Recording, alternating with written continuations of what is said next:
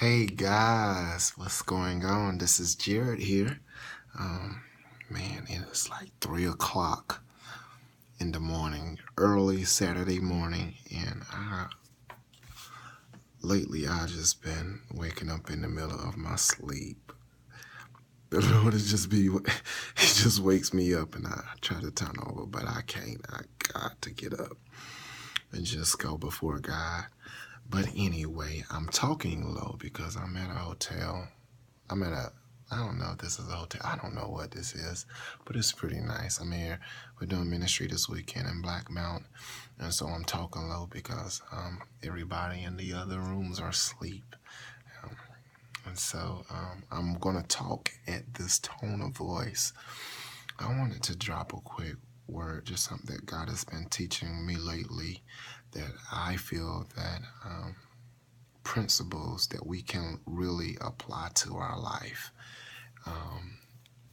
And I'm just going to jump right into it. I like making, little short 5-minute videos, but this video is going to be pretty lengthy.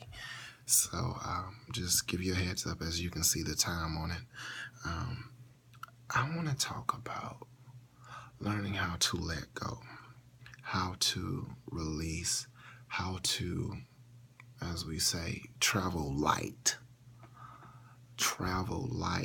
learning how to live a life that's not weighted down and burdensome, learning how to live a life that's easy to live, where it's easy to breathe, easy to just see the good. You know what I'm saying? So I got some points and some different perspectives, and then I'm going to just read some scriptures after it. It's not like a order. I may get off topic and wayward a little bit, but I was just jot things down. So I'm going to just read some of the things that I just feel led to share. First of all, I feel like a lot of times in life, and I'm not just talking about Christians, I'm just talking about people, we carry a lot of baggage. And when I say baggage, I mean stuff that weighs us down, stuff that culture has dumped on us, stuff that people have expected of us, that we've taken on, that we are literally frustrated with. And we're so used to the frustration and the burden of it that we become immune to it, and it becomes normal, and we call it life.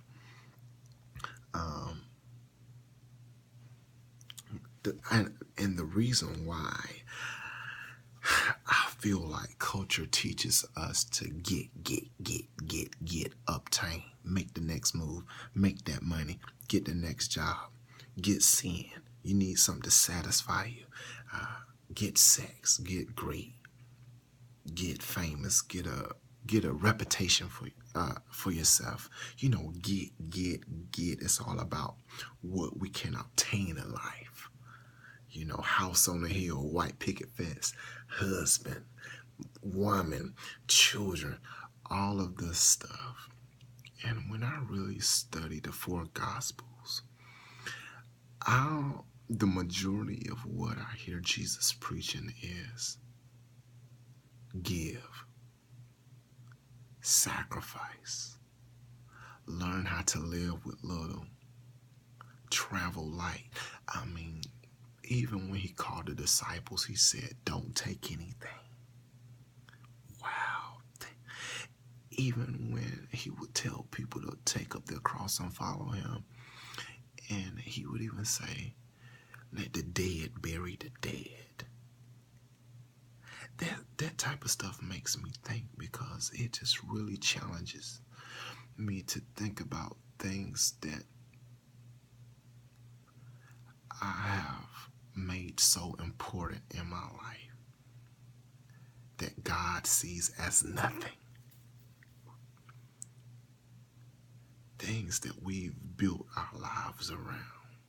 Marriage, love, even ministry. Gosh, we wait for the next. And I was sharing this with the worship team the other night. I was sharing with them, Learning how to be content with where you are and with what you have. I was sharing them the scripture in Philippians, the 4th chapter, where I believe it's Philippians 4. You know, a scripture that we always say, I can do all things through Christ that strengthens me. We got to read the passage before that where Paul was saying you have to learn how to be content with what you have, with much or with little.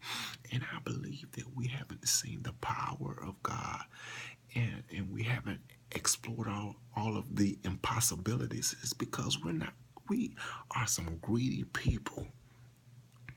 And we come into our walk with God wanting to get. What can God do for me? I need a blessing. I need a breakthrough. And God is like, everything that you're asking for is right in front of you, but you have so much baggage and you're so weighted down and you're so blinded that you can't see what's clearly in front of you. And I'm trying my best to break this thing down. I really am. And like I say, we go through life and we want to obtain and we want to get. And next thing you know, we're weighted down. We got a good job, and so we want a good house. Just imagine this. You get a good job, and so you feel everything in your life is now upgraded. And so now imagine yourself living from paycheck to paycheck. Why couldn't you be satisfied with that life that you were living where you could afford the mortgage that you were paying? You know what I'm saying? And so even though you have more and you feel like, your finances may be released, if you're continually adding on more burdens, more responsibility, that's just an example. I'm trying to give this thing, and I got a lot more to go. So hopefully by the end of this, you'll get a good understanding. And this is one reason why I feel like the world is never satisfied. And when I say the world, I don't necessarily mean people. I mean a mindset. The mindset that says, get. I gotta have this instant gratification. I gotta have the approval of men. And that stems from insecurity. I'm not even gonna talk about that. That's a totally different subject. But even you see a lot of ministry where people want the next opportunity. They want the stellar award. And I'm not knocking all of this stuff. I'm not. But I'm saying at the end of the day, what are we truly gaining? Really, all of that. And I'll give my testimony. Let me share my testimony. Of course, I'm in music ministry. And I remember my first opportunity where I had an opportunity to perform. This was years ago. Man, I think I may have been in high school where I had an opportunity to perform I had the opportunity to open up for a concert. Thousands of people. I'm not going to give too much details because I don't want if I give too much details people will know what I'm talking about. But I had an opportunity to sing background for a major artist. And I was just thinking, yeah, I'm about to take off. We doing background for this huge gospel mainstream artist. And I had made up in my mind, yeah, we about to get signed. I'm doing background. I done planned out how we was gonna get signed and be on our way and everything. And we get there, meet the artist, do sound check, perform, and after that, nothing happened. I didn't get to get personal with the artist and all of these expectations. Nothing happened. And it just really hit me on my way home. I was driving home. I was like, all that excitement I had, and it's over. Like, what did I really gain from that opportunity? Nothing. Nothing. And that just really opened my eyes to how we have all these expectations. And I'm not trying to kill anybody's dream. I'm really not. I'm just saying, and I'm going to get to this. I'm realizing that life is not about everything that you can obtain, but it's really about how much you can sacrifice. to get it. Even millionaires will tell you it's not about how much money you can make. And I don't know why I'm talking about money. I'm not a money driven person, but I'm just using this as an example. It's not about how much money you can obtain, but it's how much you can keep your expenses low.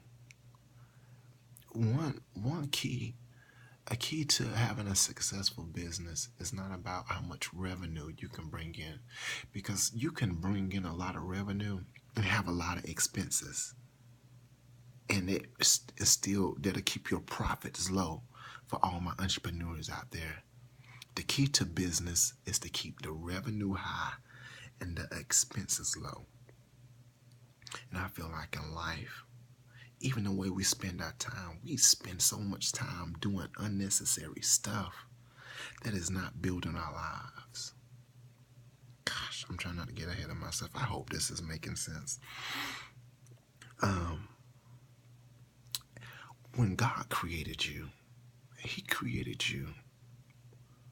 Everything that you need to live life is already in you. Everything that you need to be successful in life is already in you. And I have this example. I just had this vision. Think about a seed. A seed. The forest is already in the seed. You don't see a seed going around trying to find branches. You don't see a seed going around trying to find fruit. It's already in it. All the seed has to do is get in position and get in purpose. And everything that's within that seed comes out. And that's how I look at us. We are the seed. And I truly believe all we have to do is get in purpose and get in position to where we can grow. And it's not about what we can obtain externally, but it's about what we can release that's already on the inside of us. But if we're so busy trying to get, we'll miss it. We'll totally miss it. We'll totally miss it. And that's why I'm the type of person, I love people. I'm around people all the time. I do. But one thing that I love even more is just my alone time. I love having that alone, quiet time where I can really gain self-awareness. Because number one, it teaches me how to not depend on external things, but how to truly look within. Anyway, I also believe that this is also why we may struggle with sin a lot. A lot of the sinful struggles that we have is really because we're trying to satisfy something deep within. We're trying to satisfy something, wow, that only God Himself can satisfy. But we turn to everything else to try to satisfy us. I'm not going to go down the list. Whatever it is that you turn to whenever you're feeling empty inside. May I submit to you that emptiness is there for God to satisfy and for Him to satisfy alone. But if we're taking it upon ourselves to try to fill it, then maybe that's why we have been missing the move of God. Maybe you have that emptiness. Maybe it's not an emptiness. Maybe it's an empty throne for God to sit and reign in your life. But we allow other things to sit and take God's place in our lives. There may be many reasons why we allow it. But if you don't have wisdom, you'll try to fill it with anything. Sex, porn, gossip, food, whatever it is. Gosh, I hope I'm teaching this thing. Travel light. Do not just go through life trying to fill yourself with stuff and being busy. And sometimes we obligate ourselves to things and to people that just literally drain us. Why? Because we got to have that feeling, that the need to be needed, you know? And next thing you know, you're frustrated. And it's almost kind